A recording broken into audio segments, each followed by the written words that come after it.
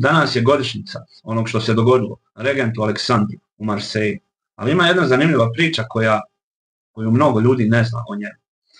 1933. godine, 5. februara, pronađeno je tijelo bake Drage Dimitrijević Mitričević i nikada nije riješeno ko joj je to uradio, ali baka je bila bogata naslednica, nije imala rodbine, samo ona i sestra.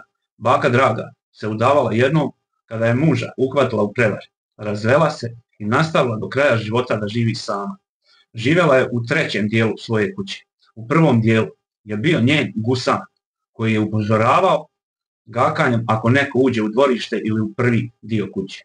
U drugom dijelu kuće su živjela njena dva njemačka ovčara koji su nju čuvali u trećem dijelu kuće. Baka Draga, kada je dijelila sa sestrom očevu imovinu, toliko su bile u svađi da su i očevu fotelj podijelile po pola. Počinilac nikada nije nađen. I samo ovaj detalj da vam kažem kako je policija u to vrijeme vodila istragu.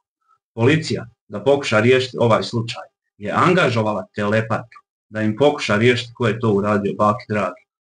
Policija je istragu namjerno skretala u pogrešnom pravcu. Šta mislite po čijem naređenju?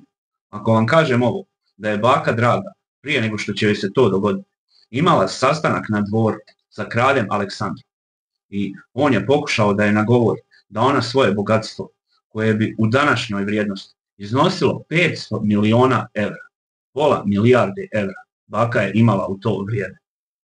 Kralj je pozove na dvor, ponudi da ona ulaže svoj novac u neke njegove zamisli, ona to odbije. I eto šta joj se dogodi. Posle godinu dana, znate šta se dogodilo regentu? Ali novac bake Drage Mitričević nikada nije pronađen. Novac bake Drage Mitričević koji se nalazio u 16 banaka, ako jedna propadne da ostane sačuvano ono što je u ostalih 15. Ali nikada se nije saznalo gdje je njen novac završio. Šta kažete na ovo? Jel se samo meni čini da je regent Aleksandar znao ko je to uradio baki Dragi Mitričević i gdje je njeno bogatstvo završilo? Moram još napomenuti da regent nikada nije krunisan i da je on na presto došao, a nije imao na njega pravo, zato što je princ Đorđe trebao da dođe na presto.